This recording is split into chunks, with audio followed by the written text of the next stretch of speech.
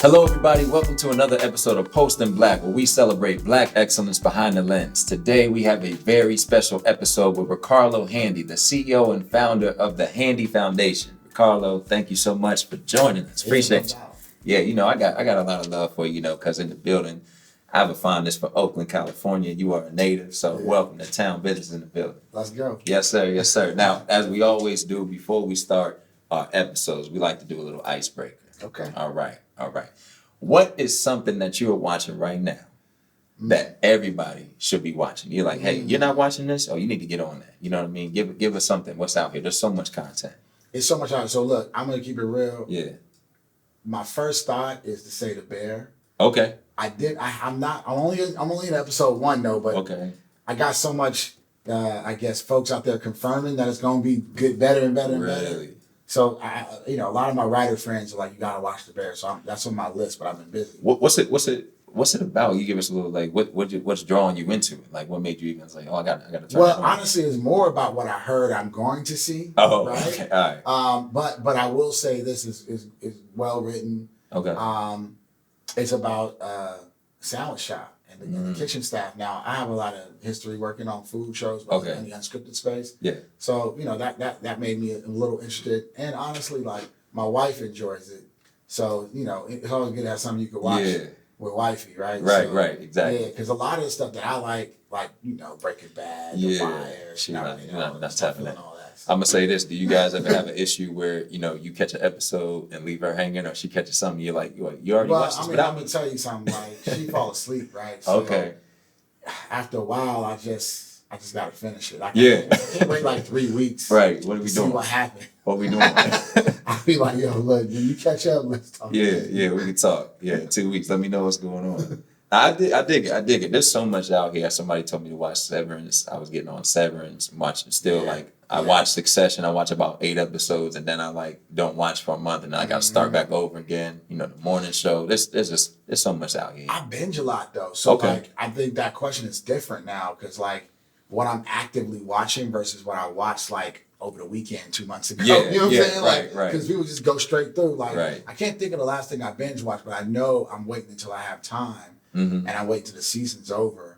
Then you can catch for the new Game of Thrones. I hear that. Yeah. Okay, I feel that. Watch that for sure. Okay, feel that. Well, we're here at Post in Black, and obviously it's an honor to have you. There's so much that you do, and you show so much love to us here at Post in Black. Can you tell the people a little bit about who you are, what you do? Obviously, I mentioned where you're from, but let us know a little bit more about you.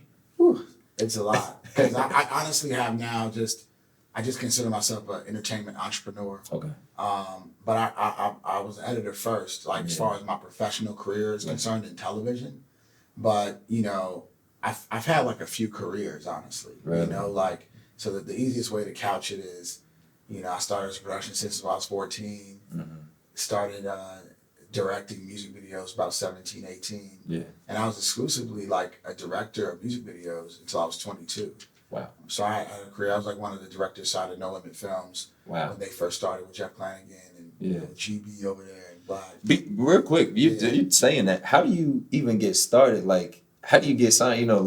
Somebody it sounds so dope, but how do you even get that connect? People just know you so fire. Each little 5-year period is a whole different story. Okay, all right, for sure. It's kind of crazy, but I'll go back through that, but just to wrap up, how I got where I am now is I started editing television at 22. Oh wow! And that was right when the reality boom was happening. Fox was the new place to do reality. Yeah. And they were doing a lot of innovative things, and so I did My Big Feminist Fiance there. Yeah. Went to ESPN and MTV and did a lot of the first originals, and then also when the changeover happened to Deborah at BET, and they started investing more into their originals. I did a lot of those, so that's when my career went from editor to showrunner, and I show-ran the Keisha Cole show for that first 3 seasons, and was there for a while, and then went on to MTV and did some television development, and then kind of the last little stint, the last 10 years, was really made up mostly of Bounce TV. I launched that originals department, so a lot of the shows there are developed and produced, and then the last 3 years I've just been kind of doing my own independent thing, consulting, You know, I have my own production companies, and, post facility, things like that. Yeah. That's fine, man. Shout out to Bounce TV. You know, my guy Derek Brady. And Johnson's show. Those are good people, man. I know those guys. Nah, it's dope. It's dope what it's grown to. So I left Bounce like right before, probably a year before that show launched.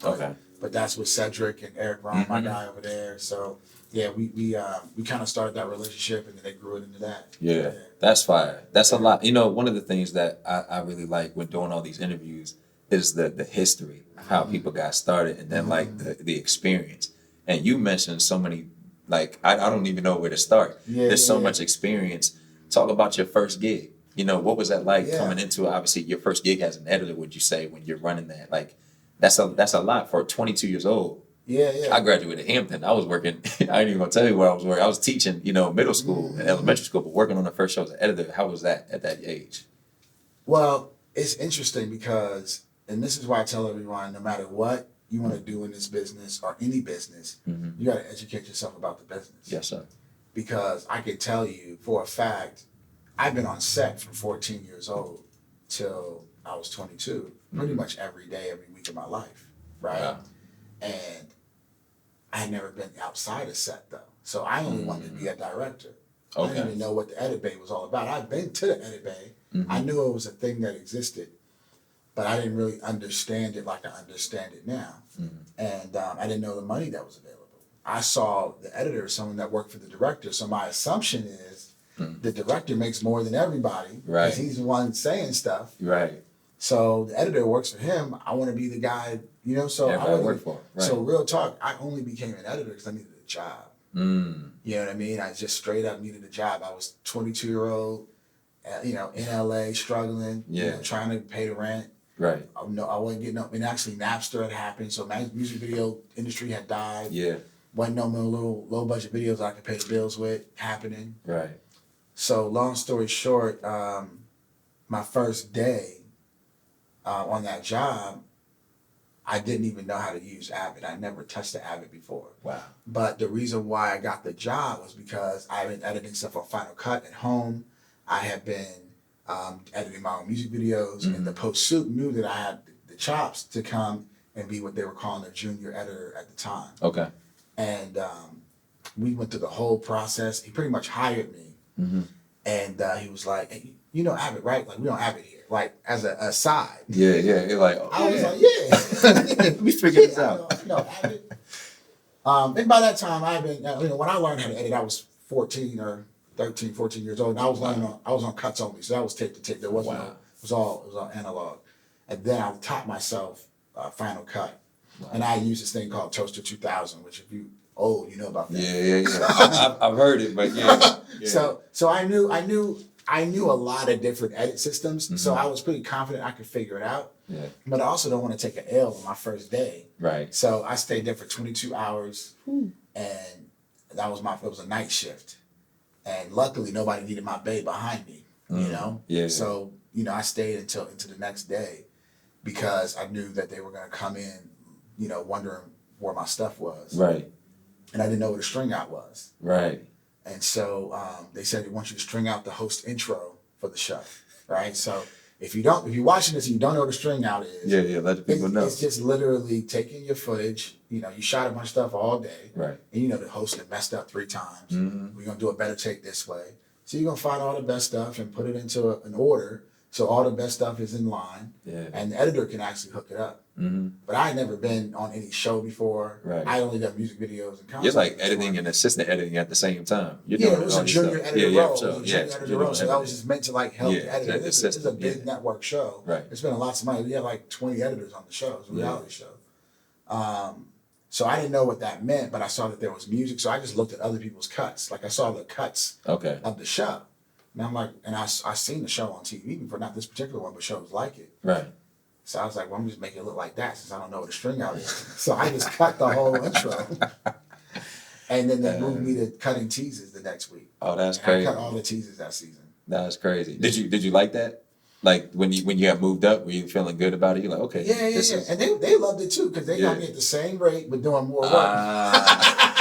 But it was my first job, and it was a good experience. Yeah, that's dope. I think something that you said that triggered in my mind. What do you think makes a good editor? You know what I mean? Because you had that like that thought process. It was easy for you to just think that, but that's not everybody's first thought. Right. You know, right. like somebody told me as an actor, one of my coaches, teachers back in the day, he said, "Man, you're great." He said the difference between you and somebody on TV is you're giving it to me on their third take. They give it to me. Your third take is their first take. You know what I mean? And that changed my mindset. Yeah, that's what it was. He was like, "There's knowledge for that." So, but that's in everything, right? Okay. But like, confidence, right? Yeah. So, I know really good editors that maybe get an edit wrong because they went the wrong direction, but it's still a dope edit. But that's just not their show. Gotcha. Right? Okay. But they're confident in what they do, right? So I do think everybody has some things they do well, right? And know what you do well and try to get opportunities that help you shine in the areas you do well. I got you. Right? Because like I come from music videos, right? Oh, yeah. So it's funny is most narrative editors would probably edit the dialogue first, right? Or they might, or you see even some editors I'll know they really can't get past certain images. They got to make sure that these images are connected and the continuity is working, right?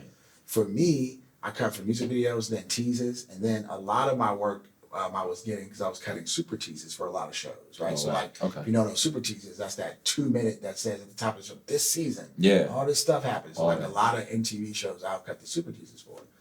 So even when I'm in a scene or cutting I do a radio cut first. Okay. And I really, sometimes I can't finish the radio cut unless I put the music in it. So I could, for the most part, I've cut entire acts of television without even looking at the video. I turn my video off sometime. Wow. And I just edit it because if I can't listen back to the story and know what's going on, then it's not good enough. I got you.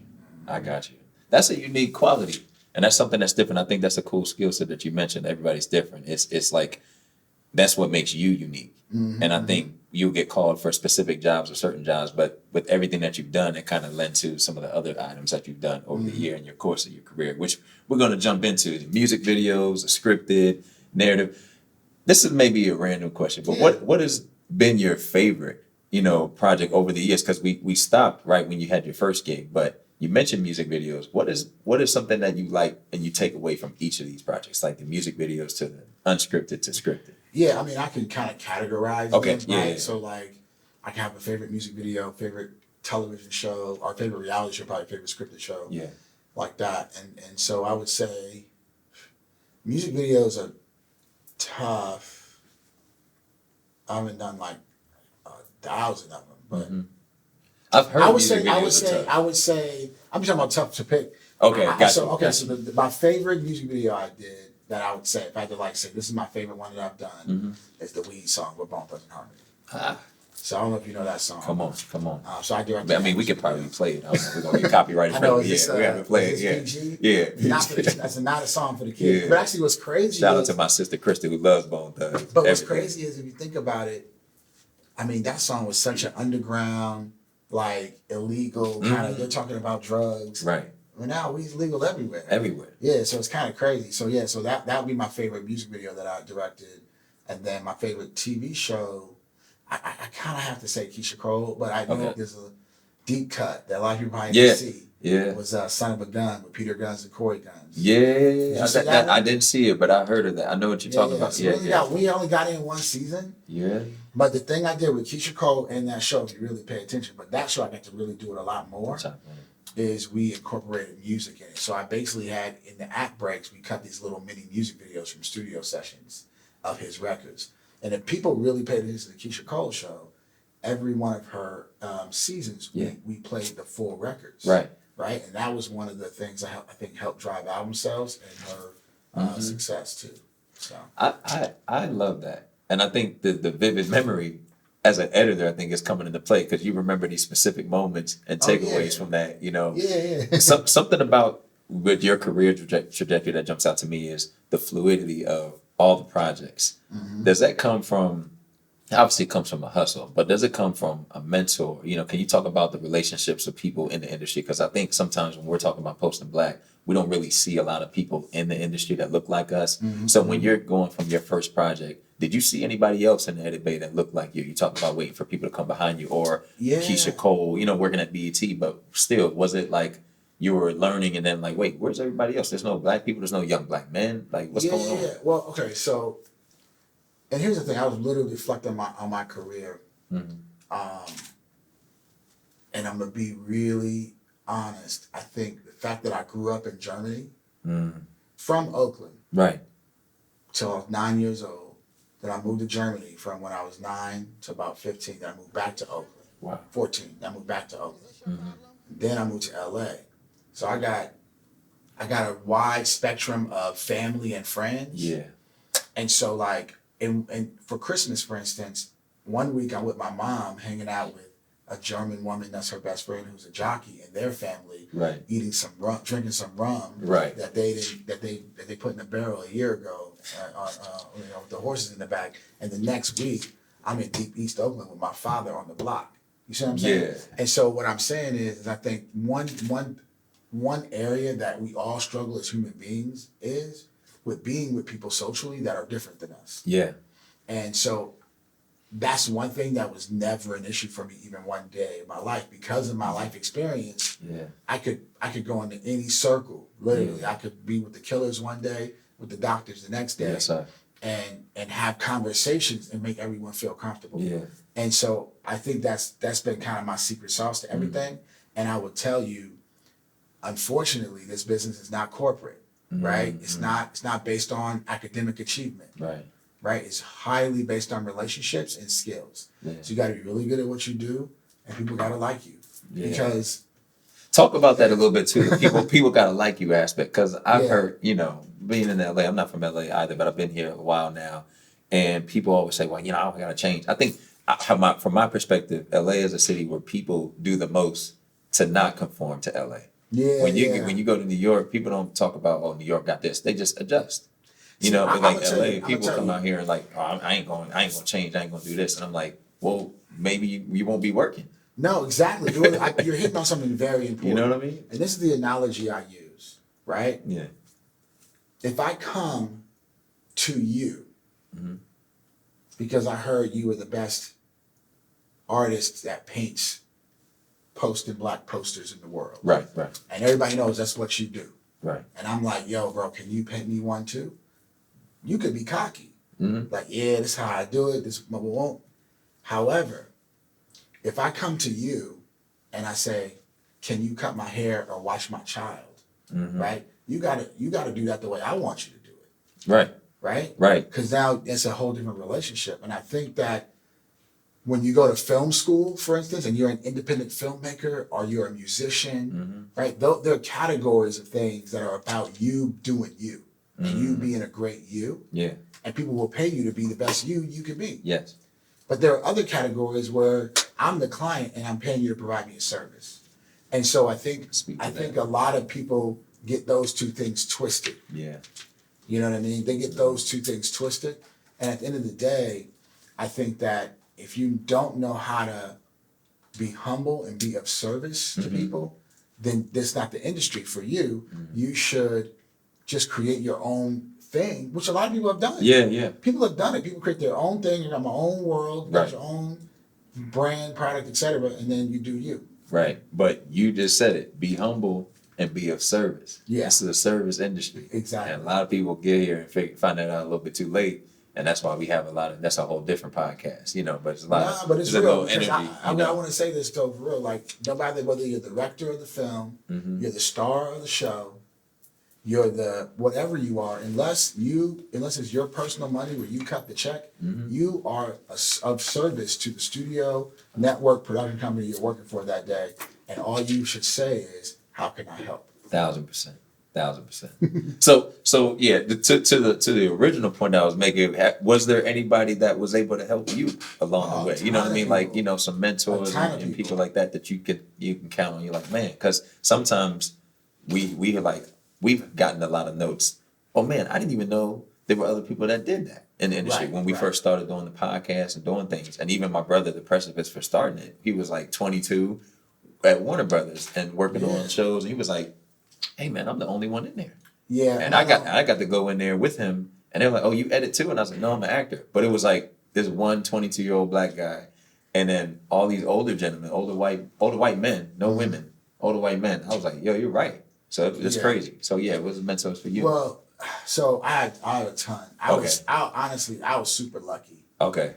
I was super lucky with the timing and everything. Shout out to Rachel Curl. Okay. I shout out Rachel Curl, Denise Jennings, Darren Grant.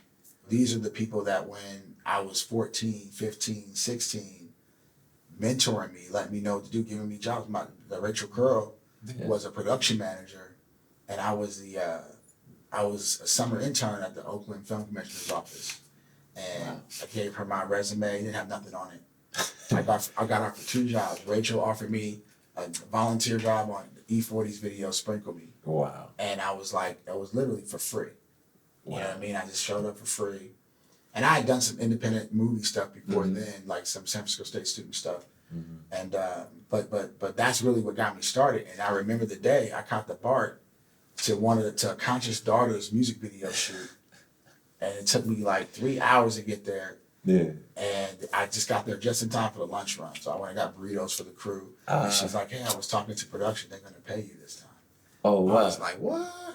And they paid $100. Come on now. And that was how I started. That is crazy. But then through that, Jeff Flanagan, who now does Laugh Out Loud with Kevin Hart, he was the president of No Limit, but I met him when I was a teenager too. Robin Lydecker Johnson, she's now an agent, but previously was head of originals at DET and was in development owned, and all these people gave me opportunities that no one would have ever given me. And it's legs in the game that you're talking about. Now I skipped over some. I don't even know how I did this because you talked about it. You in Oakland to 9, and you went to Germany. What happened in Germany? Because you came back to Oakland and you were like 14. Oh, I'm in the industry. Like, what was it that clicked? You know what I mean? I forgot. I skipped this. This is an important part because I actually just learned that the program I was in is just now kind of rebuilding, but it's not the same as I experienced when I was in high school. I was very lucky. I came and experienced this very unique program. I'll send you a clip of it. But I haven't really shared a lot about it. But so 2 things. Yeah. One, I was a drama kid, and they had this elective in 9th grade called TV Productions. Yeah.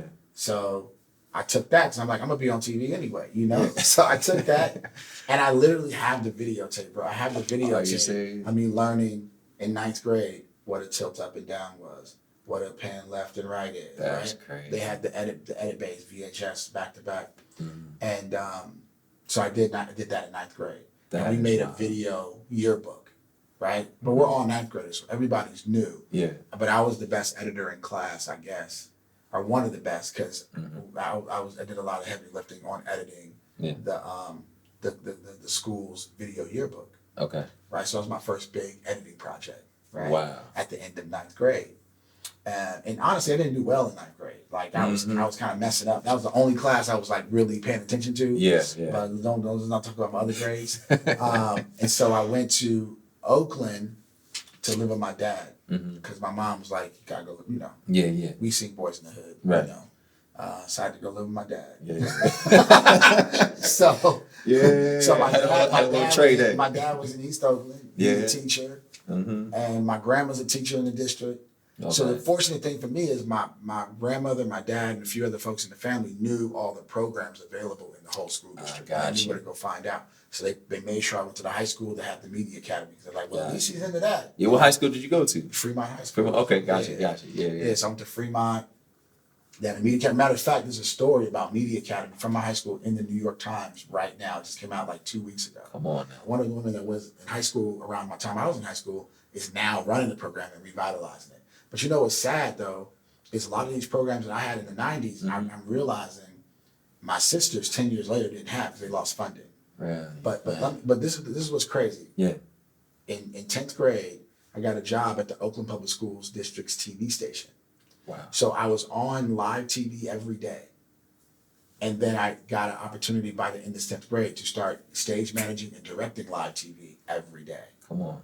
So by the time I graduated high school, I had over 5 years of experience being a technical director, doing all these different things because it was every day after school and we got paid. Yeah. And so a lot of the opportunities I got to be on set came from two things. It was, the woman that ran the program, Youth Media, Denise Jennings, shout out to Denise. Yeah. Her husband was a San Francisco State film professor.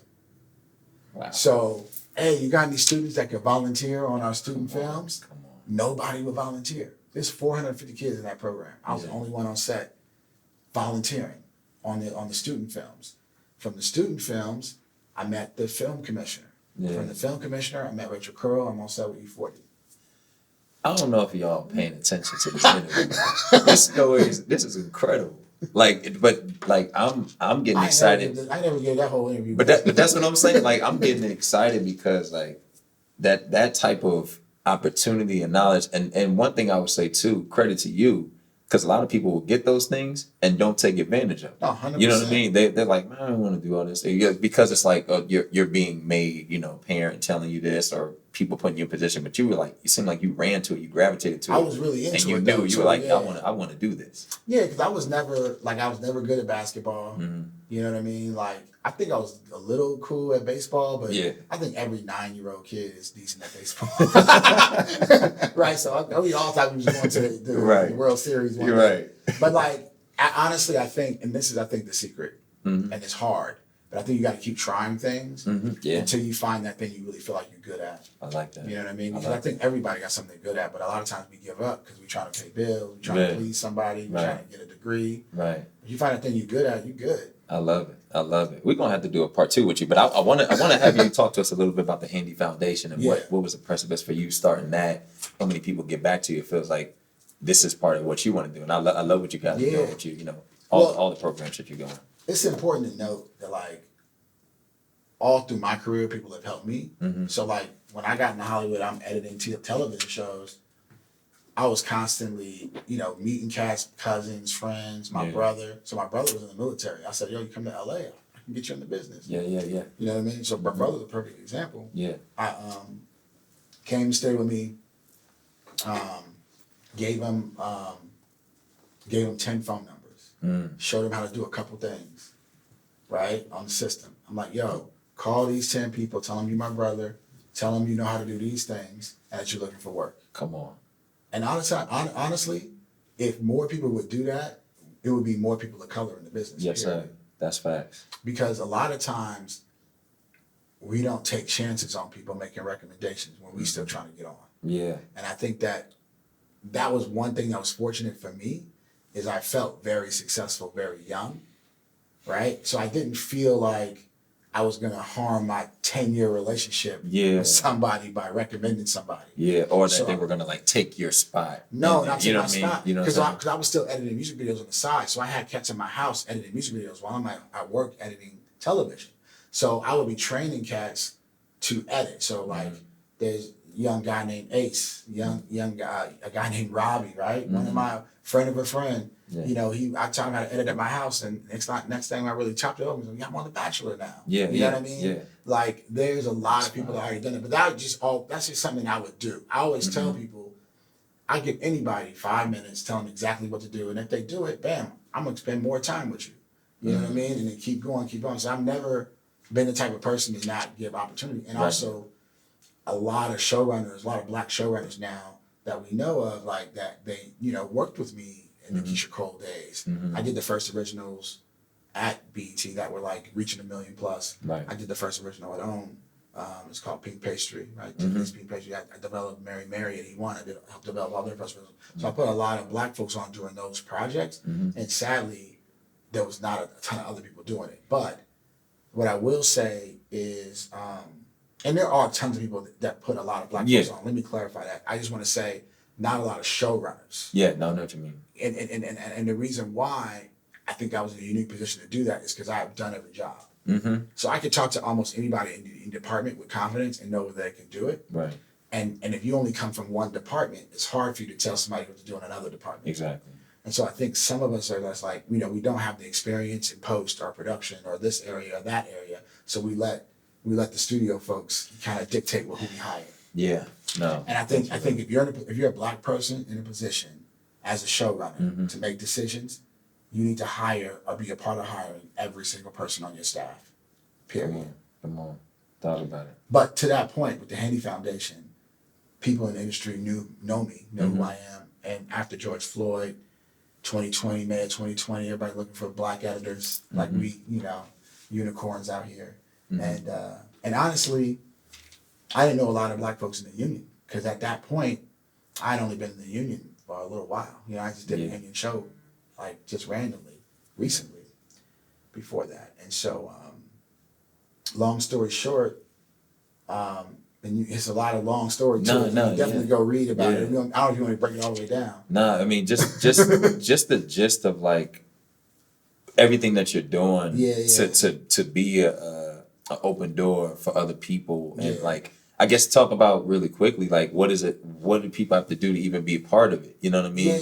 How can they be connected with the Handy Foundation itself? I do have to give you a little bit of origin story. Do you know how I started it or not? No, I don't. I know it came up after George Floyd. Okay, and so everything coming, but I didn't know the story. original. I just obviously via social media. All right, so I got to tell you the whole story. Yes, sir. Get the concept. Yeah, let me know. So, I think it was June 17th, and I know it because it was a Facebook post. You might have heard about the post. I do know, because that's what happened with us. Everything got shared on Twitter, and Matthew Cherry, one of my connections, put us in the blog or in the thread. Right. And they were like, "Oh, we got this group Posting Black to do interviews about it." He started sharing it and sharing everything, and I went to go see the post on Facebook because you just reached out about asking for some black editors. Yeah. And there was all this pushback. I remember that. This is a time story about this black editor creates Facebook Firestorm. But I was just trying to put a list together. I remember. For a friend. It wasn't anything crazy. Yeah, it wasn't anything crazy. Any black editors in the union, please DM me. Right. That's it. But the chat got so crazy. With messages, because there was a lot of white editors. This is a private group for people in post production, like 15,000 people, and there was a bunch of white editors in the chat that thought that was like, this is not fair. That job is only for black people. Right. Well, one, it wasn't a job, and two, people looking for black editors for black shows to tell black stories. Come on, I'm looking for Latino editors to tell Latino stories too. Yeah. Right? Like, not me, but I'm saying the industry is. So anyway, I just posted at 11 a.m., 2 o'clock, I get a call from somebody saying, "Yo, we at Netflix on what your post right now." Like, and I didn't even look at it. So I look back, it's like 1,000 comments. Yeah. I still to this day haven't read every single one. No, it was wild. It was wild. But folks shout out to some, other Facebook groups, right. That had put it in screenshot it, right, and started sharing specific posts from specific editors that worked on shows that we all know, right, and all this is online still, so you can definitely see it, do a deep dive. But long story short, that's what put me in the spotlight, because before that I was just doing my thing, just not really tripping on being famous about for me or like being in the public eye. But long story short, I end up just getting a lot of media attention, all the way to NPR calling me to comment on the diversity on The Bachelor. Right? I just got a lot of media attention during that time, and I think opportunities present itself for us, and we got to figure out what we do with it. And honestly, in this case, I'm gonna keep it real with you. It was an opportunity. It was a moment where everyone that reached out to me, everyone that gave me a name, everyone that gave me a list of names, I just compiled it and I put it in a deadline op-ed, because they reached out and they're like, "We saw all the news stories. We want you to write, like, from your perspective, what the industry should do." Right. So I said, "If you want to meet black editors, here's a list." Right. And I honestly thought that was going to be the end of it. But the way I set up the list, you had to give me your email address to download it. And when I tell you, every hiring manager, HR, head of HR at every major studio had downloaded that list, I was like, dang. I was like, we own to something. Yes. And not only were we on to something, I'm like, there's a big need out there. Right. Like, if Viacom don't have the resources and Netflix need this list, right? Like, we got an issue. Right. So I started reaching out to people. And I didn't know what I was gonna do.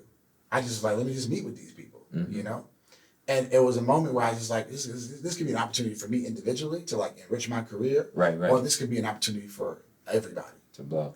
And so I got with one of my advisors who's got an employer, Marshall. He owns the Wave newspaper, but he owns a lot of other newspapers. He owns several TV stations, and we just started brainstorming. Now, mind you, this is the middle of the pandemic. We at home anyway.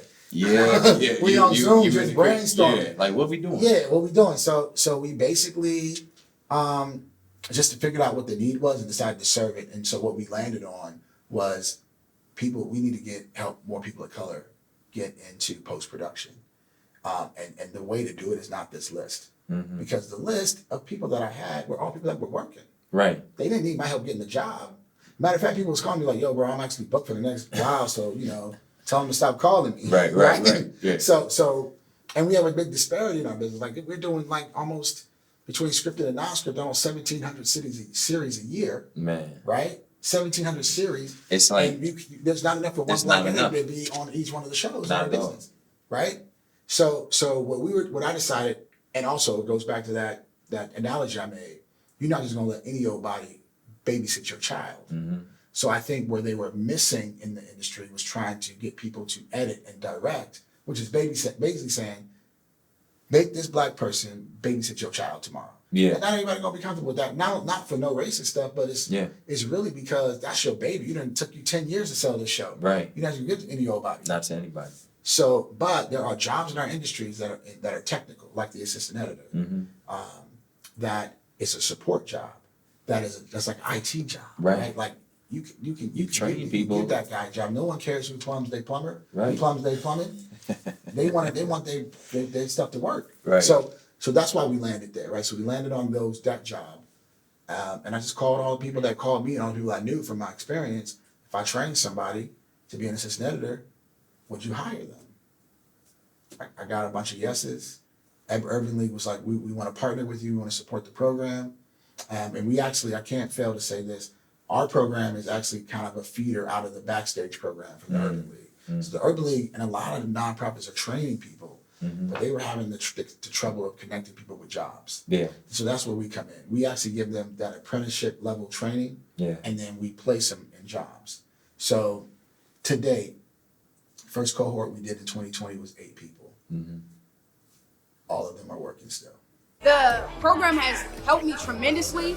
It's landed me 2 first credited assistant editor gigs. Second cohort we did was almost 20 people, about 95% of them killing it, and so on and so forth. And this year we've done one every quarter. So and we've added virtual production to it.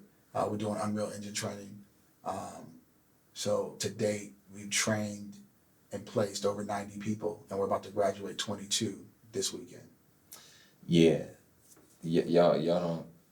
don't really understand the power of what's going on here. Like I told you, man, we got to do a part 2. We got to, because there's just so much in there. I congratulations first off, just in a short amount of time, and that's just proof of what can be done in a short amount of time. Where can people find you? Where can people find Handy Foundation? For before we close out, like where can they find that information? And we're gonna bring you back for sure. I'm always available to you. So, well, one, you can follow me at Ri-Karlo. Okay. I'm at Ri-Karlo everywhere. Rikarlo. And it's at Handy Foundation on Instagram, and the website is handyfoundation.org. And my business, Sunwise Media, my production company website is sunwisemedia.com. So, definitely reach out if there's any questions you have, you want to find out how to participate.